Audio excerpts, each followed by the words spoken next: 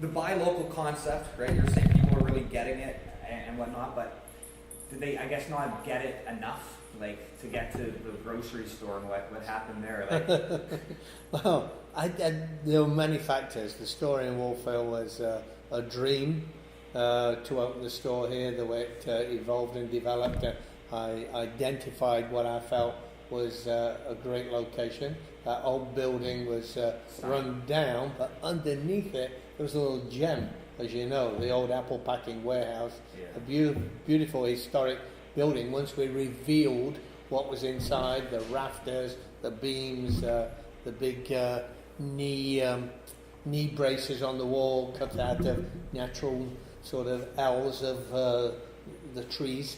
Anyway, very beautiful, and so like anything I do, I can't resist going first class. I can't half do a job. So building the Wolfville store, we built it to create just a little tweak of a difference from our other stores. All the stores are uniquely different and got their own character. They all have the same brand and what we stand for. But the Wolfville store definitely had a lovely country element to it, and we're really proud of it. So I went first class on all the trim, fittings, fixtures, refrigeration, flooring, decor, trying to do it all right. But you know, you don't get it right all the time, and for 3 years we never hit the sales mark that I'd anticipated, and for 3 years we never made any money there, and that's the truth of any month. So and it was more than not making any money. It was a losing proposition which was bleeding my business. But like any businessman or enthusiastic business entrepreneur, you keep hanging in and you're turning the corner, tweaking, touching, stroking, trying to change things around, and applying different strategies. And we never turned that corner. We never could get past a certain sales level. And that was sad. And it was actually my trip to Panama this year where I did get away for 5 weeks because I was beat and I needed a break. So I went down there by myself, and it was that, I can't say it was meditation because I'm not a meditating type of guy, but I did think a lot about my business, and I really, thought strongly about Wolfville. And of course it had crossed my mind before then about closing the Wolfville store, but I dismissed it immediately, knowing that what I'd got in there, and it was my baby, it was the town that I lived in, and to close it down would be a big jab at my pride. There'd be a lot of, a giant decision. But anyway, I did come to that decision while I was away in Panama to really, when I got back, I was going to have another look at the numbers and what we could do, and how sustainable was it to keep it going, and the hope that we'd turn the corner.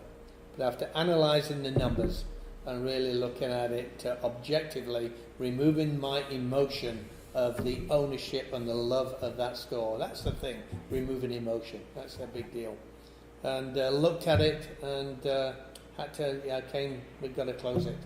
And that was a tough pill to swallow, emotionally, being out on the street, you feel, people say, oh Pete, you tried your best, but you can't help but feel you failed, that you failed to achieve something. And no matter what people say, oh, you did a great job, you still feel that inside, so that's something I've got to live with, get over. I'm sure I will get over it, but as we move on, and to close the store, we try to do it the best way possible, because the easy thing would be to declare bankruptcy, which we could have done, because the business was in a tough place, but we decided not to. We absorbed the losses in the other parts of my business, and do it the right way, where we give all the staff a working notice. We try to work with our team in helping them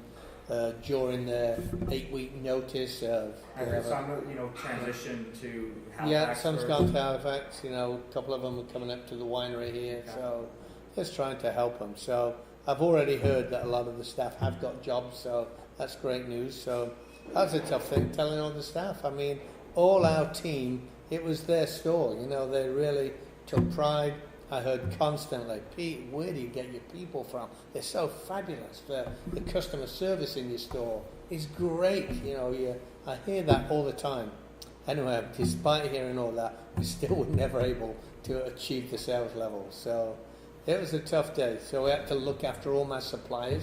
I couldn't leave anybody out there hanging. So we're closing it down the right way. Is this a new experience for you, closing down a store? Oh, shit, yes, yeah. I mean, I've had tough experiences. I mean, any business person has had, I'm sure, tough decisions, but this is one of the I think probably the toughest business decision I've had, the biggest one, to close down a store. You know, it's huge. The cost, I mean, I don't want to embellish on the cost of what went into that store, but I think anybody who understands the food business, if they look around and see all the equipment and the furnishings and fittings, it was a very expensive mistake. Was there must have been talk at the time about buying the building, but my understanding is that didn't happen. There's still a different owner. The business, you know, I think is or was for sale, and but we've never been in the building buying business. We've always just been in the retail business. That's kind of what I've focused on. You know, sometimes I think in my life I wish I'd bought building property to have a store in, but I've always concentrated on opening a store. One of the tough things about opening a retail store is that they are very, very expensive. I mean, it's at least $200 per square foot to kit a store out. And by the time you've done that, the thought about buying a building, unless you've got giant deep pockets or you've got a rich uncle somewhere, it's very hard to buy the building and kit the store out unless you're a big corporate entity. But for a small business, we are still a small business food retailer, and it's hard to enter the real estate game. This is your home, you know, Wolfville. This is. I mean, you're up on the hill here in Gaspereau, but that's what I've heard before coming into this. This has been such an emotional decision. It was not easy for you to make this because this is your home, and you had this vision for the store, and it really does look amazing. I love going there. What are some of the factors, would you say, that, you know, month after month, it just didn't add up? I think it was a combination. It wasn't just one thing. You know, I would say that it was a year ago we had the starting of the street renovations in Wolfville, which was really needed. So I understand that, but it was devastating for business.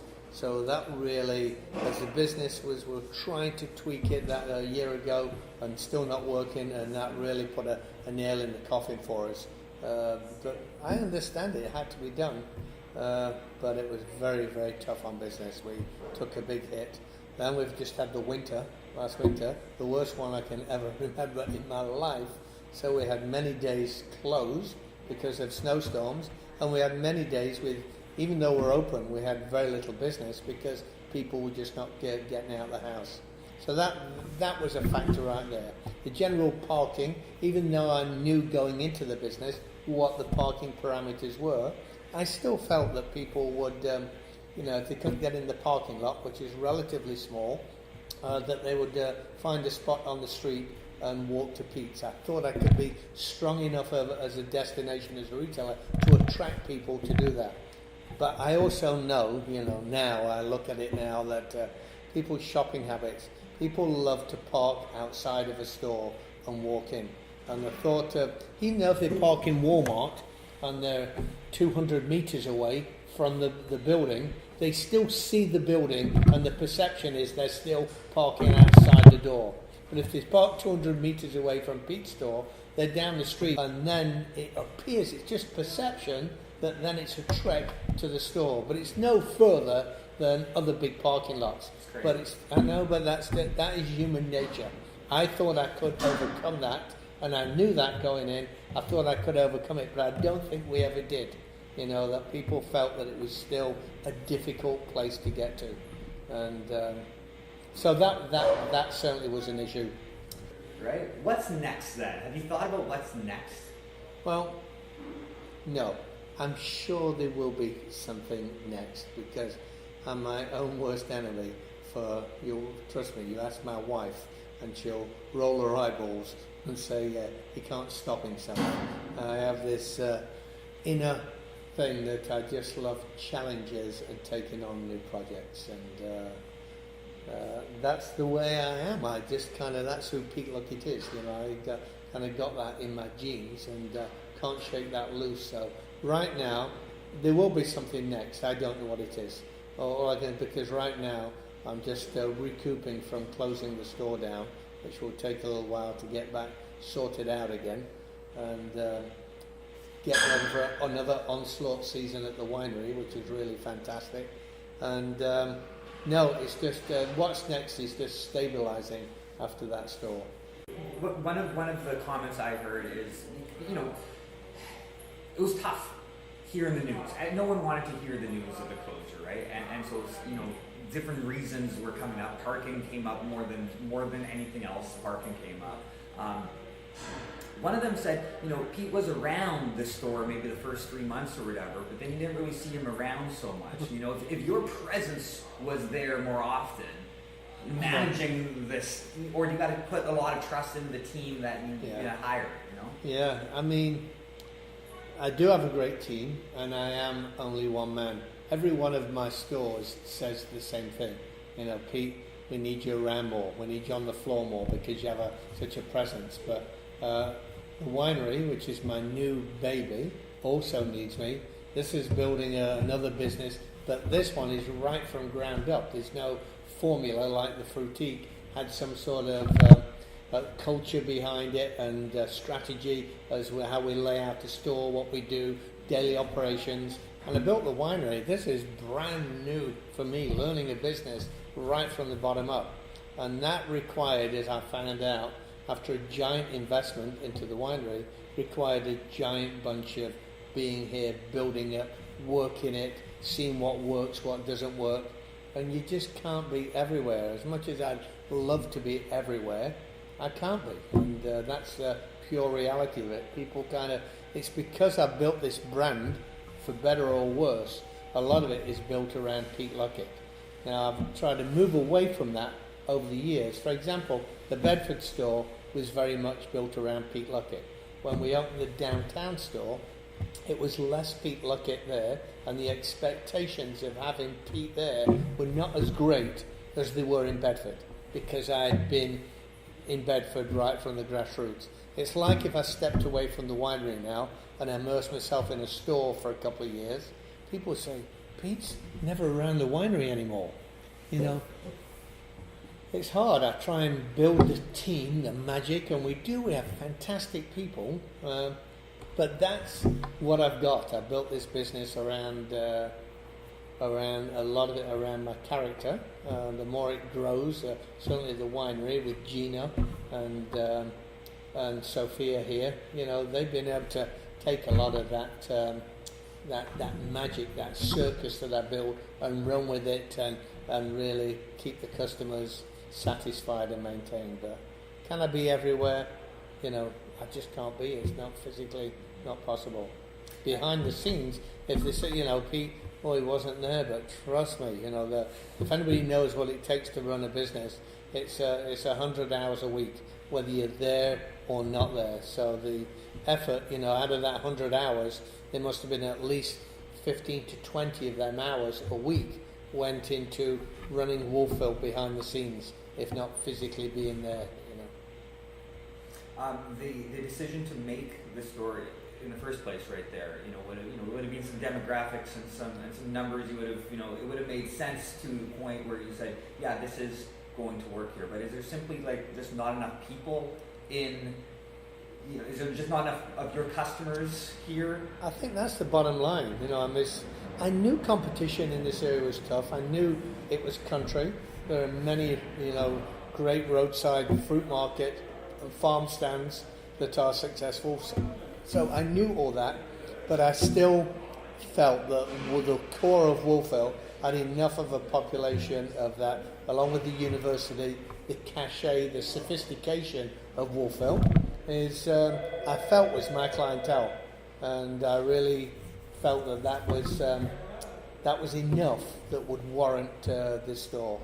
but I misread it, and we didn't get it. But there's a lot of factors. In the summertime when the universities go, it quieten down a lot, and not as much. And I didn't expect it to be as quiet as it was, and then the students come back and things livened up.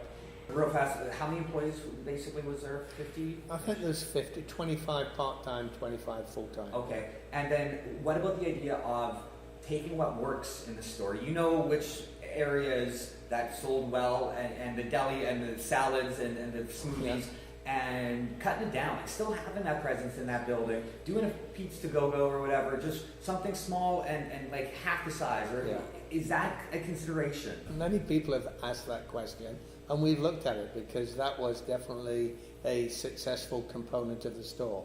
However, to shrink it down, the cost to shrink it is not, you're looking at a few $100,000 by the time you put all the new walls and fix it all around.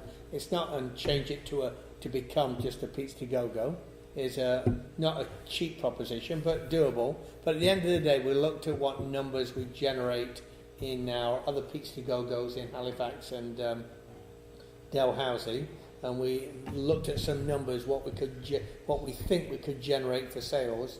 The return still, we feel, would be considered the volume, the pain attached to running a business. It's always pain, and would not warrant the return. It may be, successful, but in such a small way. Do I want to be a part of something that's just a small nibbler? If somebody wants to go and see the landlord and open a pizza to go style business in there, I'd say fill the boot. There's a great opportunity. But is it for me? No. And going back in time, would you have changed the size of it to just do something smaller like that if you could play that what if game? Yeah, what if? Yeah, it may have been better just to do the pizza to go in Wolfville. But yeah, hindsight's always as clear as day, isn't it? Yeah. Well, Pete, thank you so much for